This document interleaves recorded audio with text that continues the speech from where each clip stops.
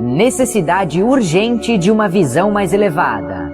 Deve ser amplamente aceito que existe uma visão mais elevada e que é preciso esforçar-se para introduzi-la na vida diária. É somente alcançando esta visão mais elevada que o mundo físico será resgatado da total aniquilação. Sem esta visão, para si mesmo ou para o mundo, não pode haver evolução espiritual, nem se pode alcançar as coisas que mais se deseja. Neste momento, a sua percepção da vida é aquela de fardo e privação.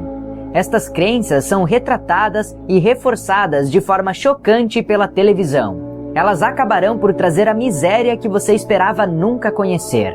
Portanto, para salvar você de sua própria insensatez expressada por meio da mídia, a consciência humana deve ser rapidamente elevada para ver o que eu vi no deserto. A realidade do amor por trás e no interior de toda a existência.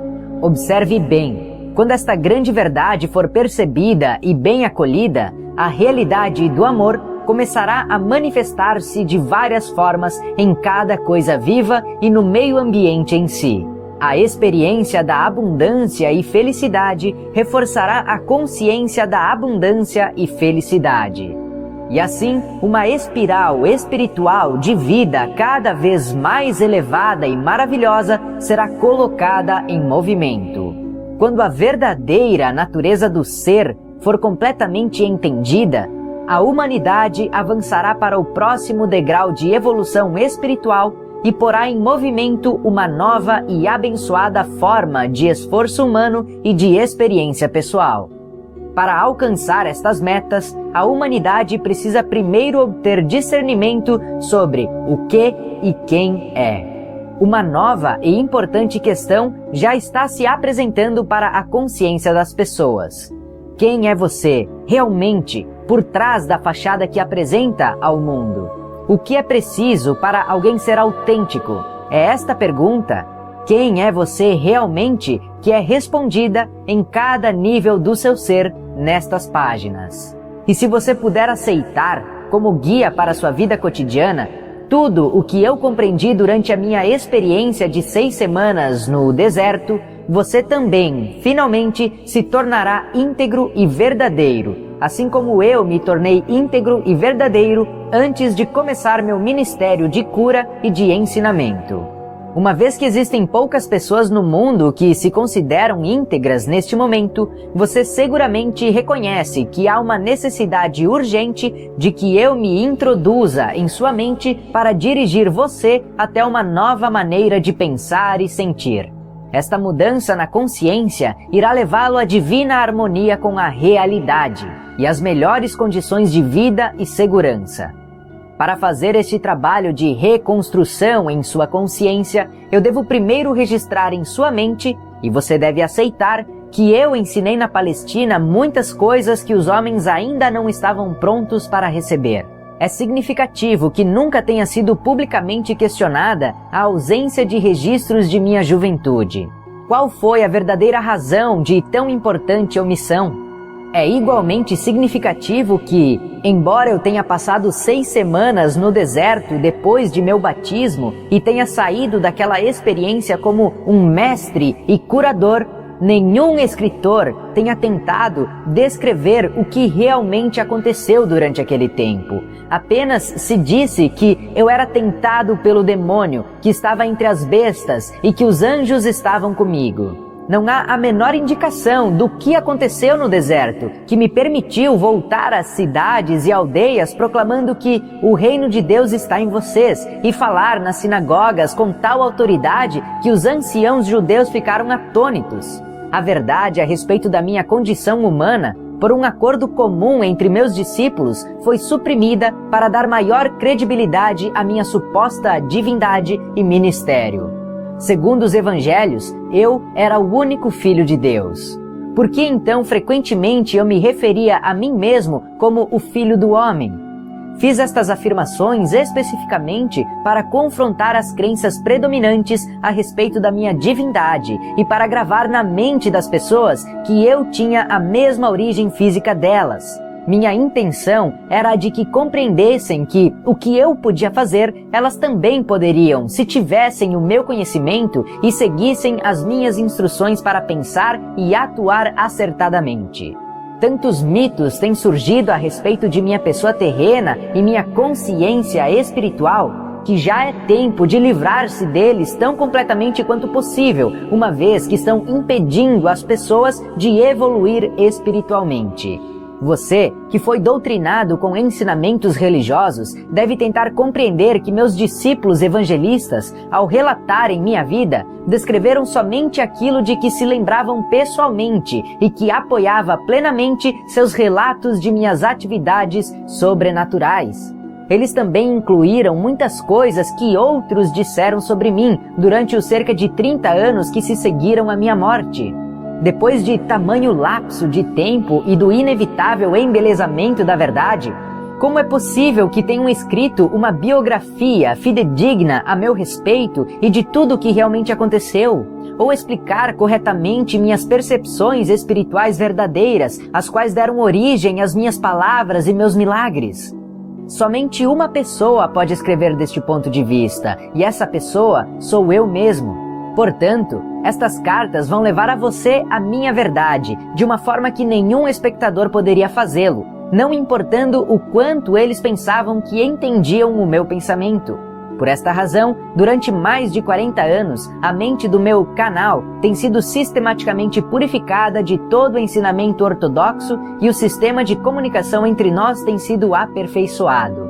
Se minha verdade, expressa nessas cartas, diferir muito do que está escrito no Novo Testamento, há de se duvidar dela ou rejeitá-la por esta razão? Portanto, estou descendo em consciência brevemente, tão perto quanto necessário do seu plano de consciência para descrever minha vida e meus ensinamentos de 2000 anos atrás. Meu lugar na história. Em primeiro lugar, devo assinalar que minha vida e pessoa foram brevemente referenciadas por Joséfo na História dos Judeus, escrita para o governador e apresentada ao imperador romano. Joséfo anotou sucintamente que Jesus, que tentou derrubar a lei e ordem e o governo dos romanos, foi castigado e crucificado. Tem-se dito que Joséfo pode ter se referido a algum outro Jesus, mas não é assim. Eu, que mais tarde me tornei o Cristo, que realizou os chamados milagres de cura e materialização, fui o rebelde. Mas eu não era nenhum agitador, não incitei deliberadamente as pessoas a desafiar os romanos, nem a desafiar a lei e a ordem. Eu fui um rebelde contra as tradições judaicas existentes. Quando emergi das 6 semanas de jejum no deserto, vi uma forma melhor de pensar e viver, e tentei transmitir o meu conhecimento aos meus companheiros judeus com pouco sucesso. É importante que você entenda que a pressão da opinião pública pesava sobre meus seguidores. Enquanto eles realmente acreditavam que eu trazia uma mensagem aos judeus para salvar a alma e que eu era o Messias, o Filho de Deus, eles também eram do mundo, tentando relacionar-se com o mundo da melhor forma possível. Portanto, ainda que conhecessem meus sentimentos contrários às crenças dos judeus, eles não estavam felizes em dispensar o Velho Testamento por completo, uma vez que este tinha apoiado e unido os judeus durante toda a sua história. No interesse de preservar o que eles consideravam valioso nos velhos decretos, suprimiram qualquer descrição a respeito da pessoa que eu era. Meus discípulos e Paulo construíram seu próprio edifício de crenças sagradas com aquilo que queriam preservar da minha vida e ensinamentos. Eles ensinaram e consolidaram somente o que consideravam valioso para as pessoas, judeus e gentios do mesmo modo, os daquele tempo e do futuro. Consequentemente, filtraram o que podiam usar e deixaram de fora a maior parte do que eu chamava os segredos do reino de Deus, pois eles nunca os compreenderam. Tampouco os acharam desejáveis na criação de uma nova percepção do divino, o Pai.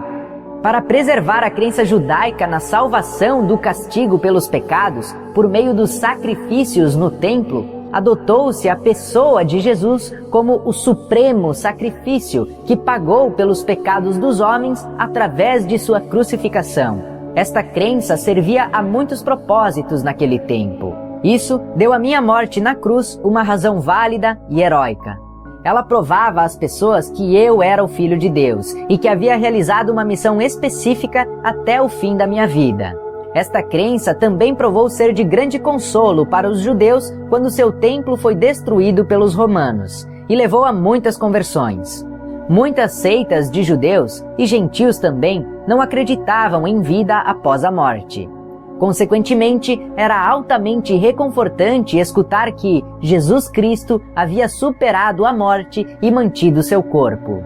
Para muitas ideologias humanas daquele tempo, a vida não era possível sem um corpo. Portanto, vida após a morte somente poderia significar a ressurreição do corpo.